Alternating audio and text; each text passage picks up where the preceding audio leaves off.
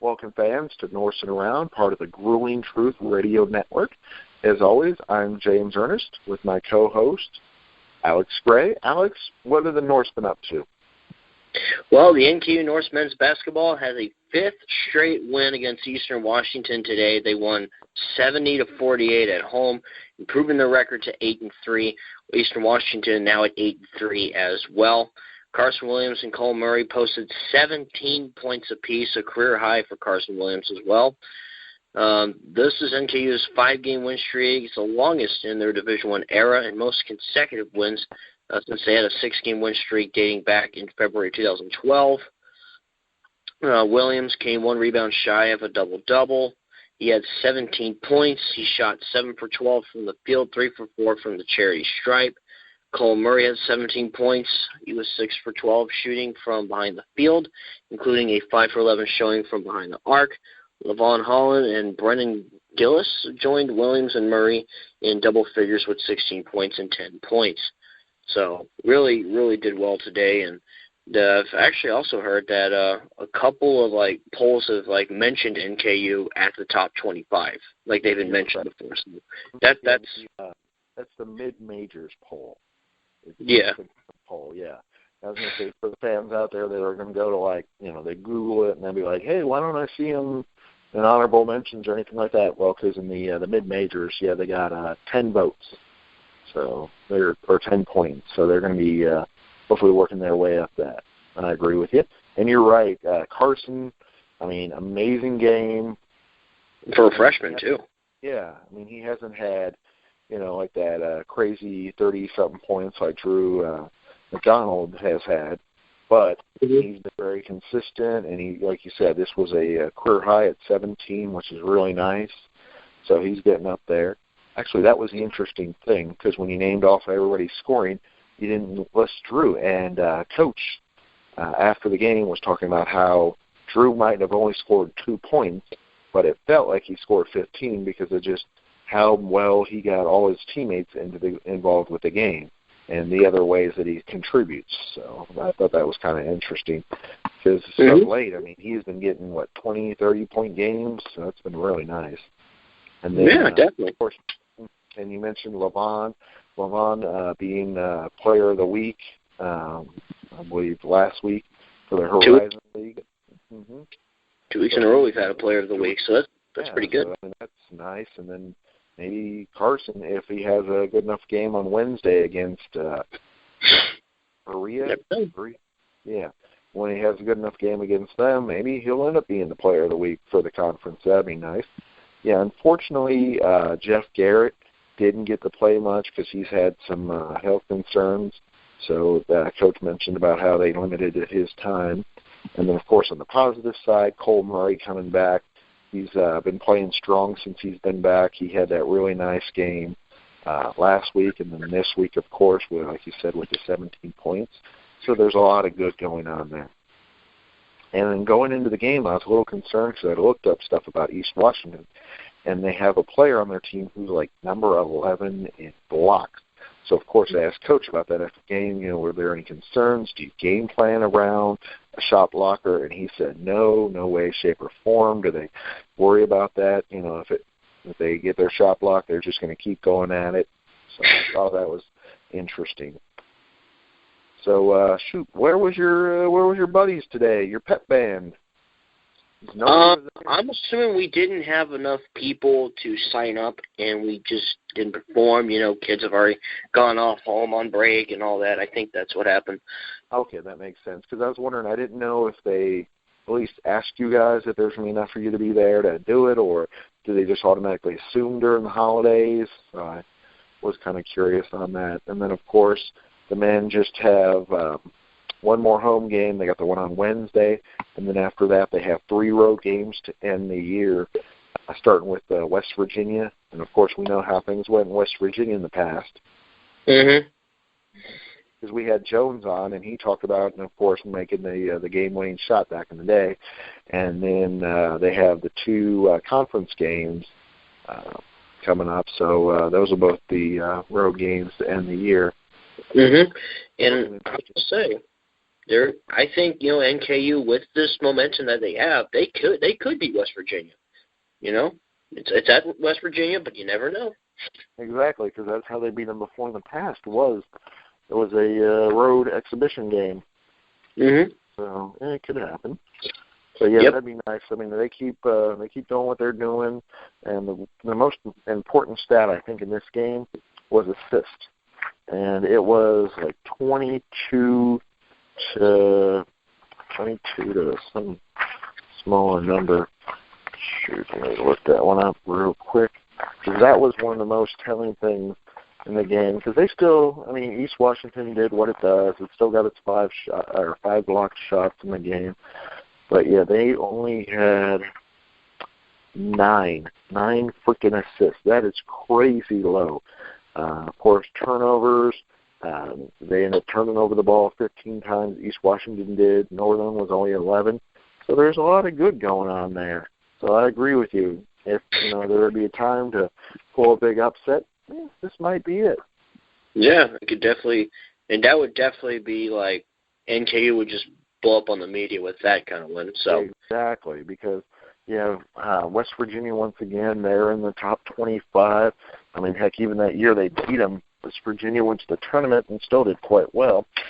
Mm-hmm. So yeah, so with switching over to the women's game, what have they been up to?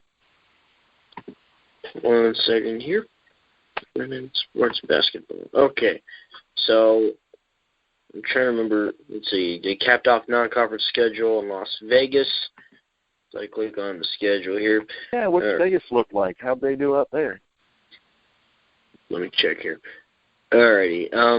That actually starts tomorrow on Monday. They'll play Portland State in Vegas in the Puerto Rico Classic. And then on the 20th, they'll play Arkansas State. On the 21st, they'll play Southern Mississippi. Okay, so they got some games coming up before the end of the year. Hopefully they do well. Mm-hmm. 9 days off, so it helps. Mm-hmm.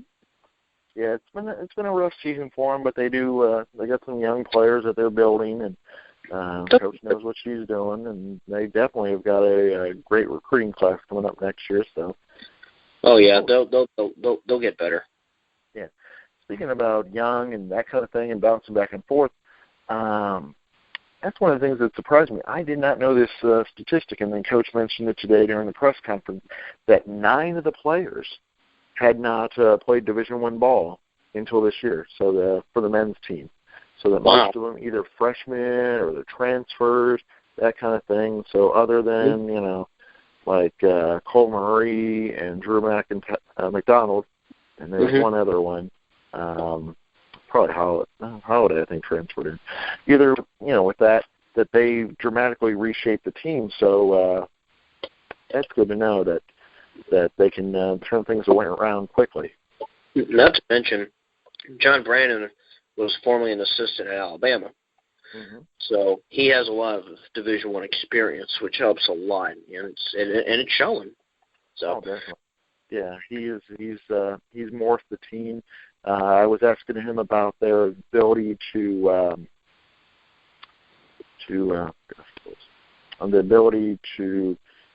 produce, the ability to follow the game plan, and he had some concerns because the nice thing about the game, they started off with a big lead, and then they unfortunately, for the first half, East Washington got back in the game. But in the second half, same thing happened. Northern started off big lead, but this time, or in the second half, they were able to hold them off, and they were able to sustain their level of their play because they kept it. So, Alex, any big news or any neat things going on that the fans should know about with Northern basketball? Well, the men's team's next match is against Brescia College, who is an NAIA opponent, who is also 2-7. That team will also be playing Murray State as well. And I don't think I have any news at the moment. Well, yeah, because following our show, there's going to be 2 clips. There's going to be one where it's it is going to be Carson Williams and it's going to be Cole Murray, and they'll be discussing their game today, and they'll be discussing concerns about maybe overlooking the next opponent, which they feel that the coaching staff will prepare them so they won't do that, and a little bit about the upcoming road schedule. So they're going to talk for a couple minutes, and then after that there'll be some questions with the coach, and Coach covers basically the same things. He covers today's game, some of the things they're very proud of. He was very excited after the game, a lot of praise for, of course, as many players as you can imagine, about 6 to 8 of them that really had a big impact in the game. So fans, we definitely want you to keep turning in to the Norsin Around and the Grueling Truth Radio Network. And as always, I'm your host, James Ernest, along with Alex Gray. Alex, like I said, anything else for them to consider? Well, as always, get out there and support your Norse, both men's and women's teams. Men's team's playing well. Women's team's definitely going to get better, and that's all I've got to say. Sounds great. Thank you, fans. I am too, to be honest with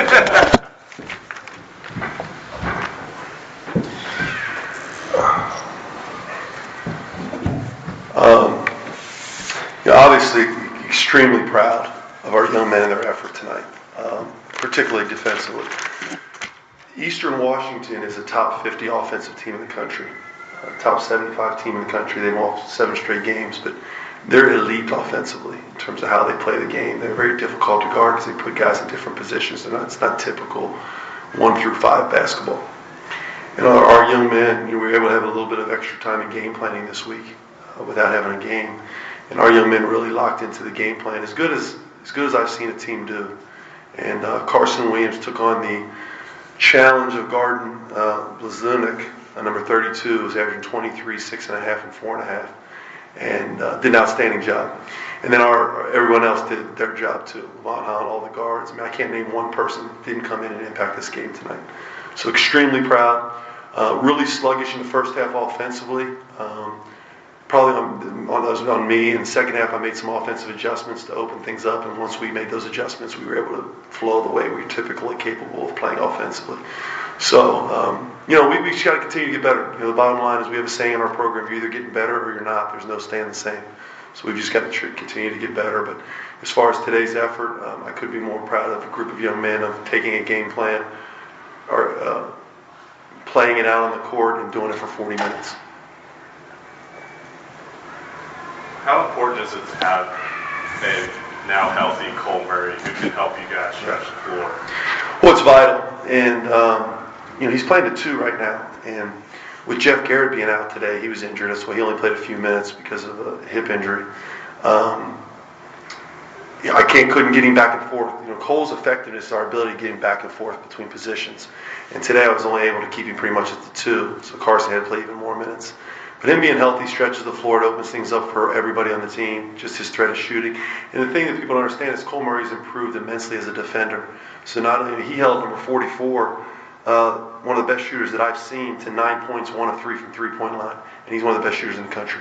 So, I'm more happy about Cole's addition to his defense than anything else. You mentioned about one of the best in the country. They have one of their players was like 11 in blocks. Do you have any concerns about him coming in? We don't deal with that. It's one of the things. Guys are great shot blockers, and we're not very athletic at the rim, so we're going to get our shot blocked. So we never go into a game planning for shot blockers. It's just something we move on from. There's enough things to have to worry about, and if they block our shot, that's fine. We'll keep coming back, and over a period of time, we feel like we'll figure out ways to get it to the rim. How do you feel this game compared to for conference? That's a great question. I felt like, on our recent schedule that Eastern Illinois and Eastern Washington were most like Horizon League teams. Eastern Washington scores the ball like the Oakland teams in our league does. Just dynamic scoring teams. That's why when we had a little bit of a lead in the first half, I knew that it wasn't safe, and I didn't think a lead was safe until about the last minute of the game because of the way it could score.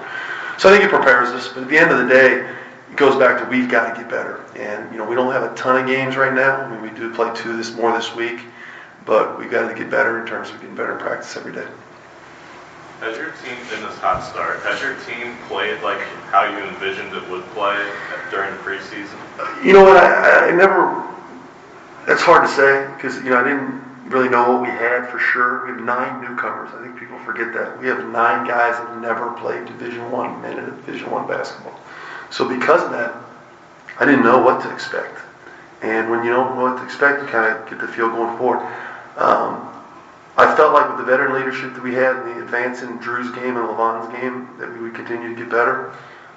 It came down to whether we were willing to defend and rebound. And to date, we've done that.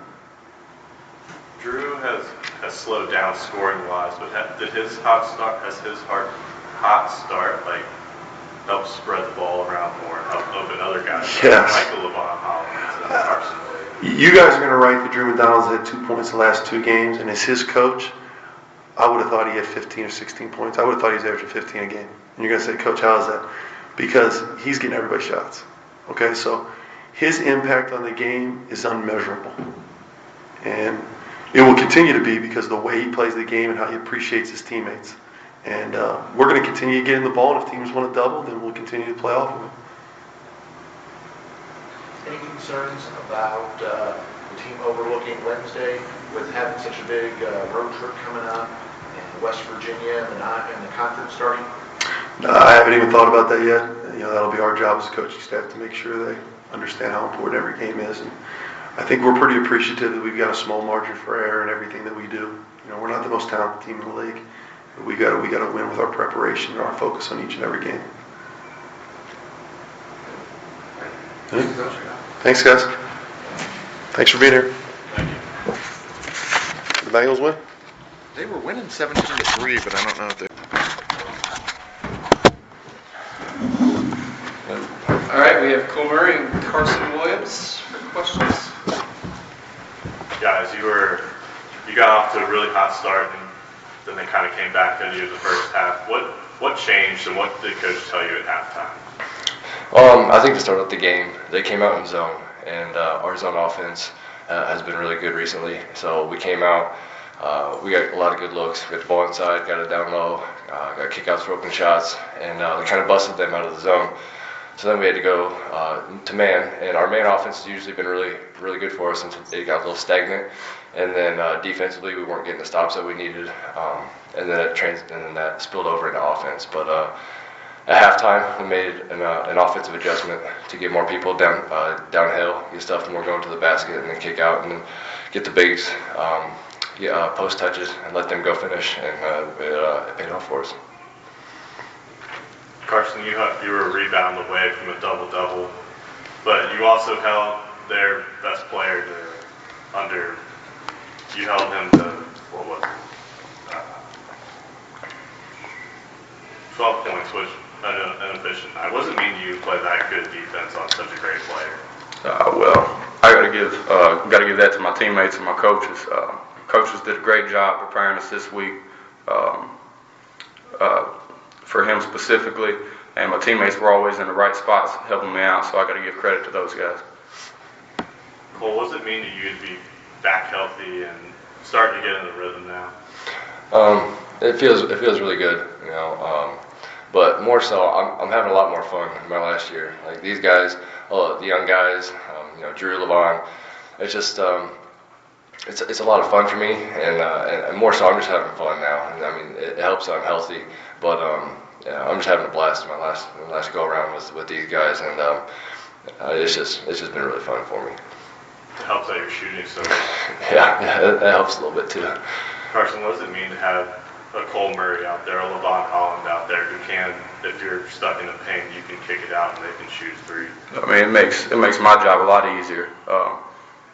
Always having guys to kick out to that are dangerous. I mean, it really keeps guys honest from doubling in because if you leave Cole open, he's going to make it.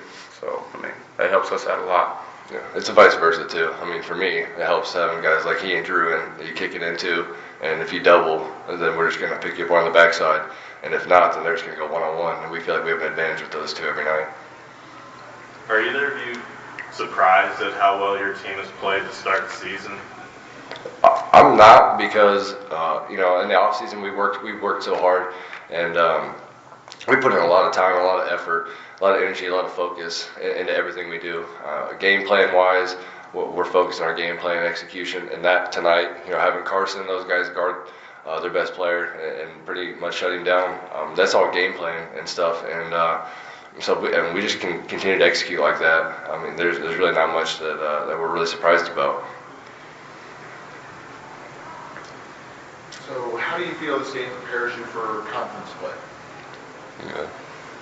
I mean, it's kind of hard for me to say. Never really haven't played in conference before, but Coach said that team was a team a lot like some of the teams that will play in conference as far as talent level. And so, I mean, it's good to play teams like that right now just before going into conference. Prepares us a lot.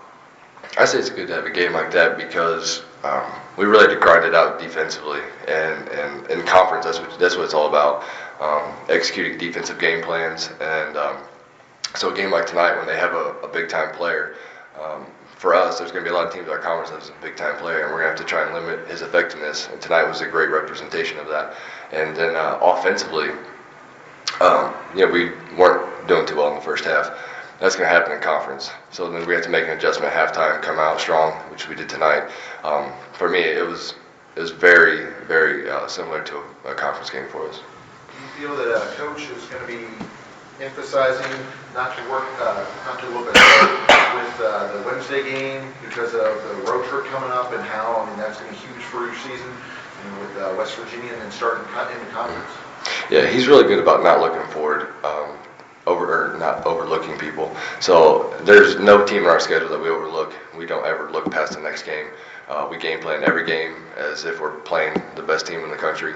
And he takes that focus into setting up the game plan, and we take it into executing it, no matter who we're playing and no matter who we have next. So how do you feel the team has improved executing during the season? Do you feel that you're more crisp now, or has it kind of just been consistent the whole way? I say if you looked at it in the first half, it wouldn't look that way. But yeah, putting in a lot of new stuff right now because a lot of teams can scout us and know what's coming. So now we're fine-tuning the stuff that we run primarily, and then we're also putting in new stuff to keep people on their heels. And so for us, it's kind of big to execute both of them. Run the new stuff while still getting better at the stuff that we primarily run.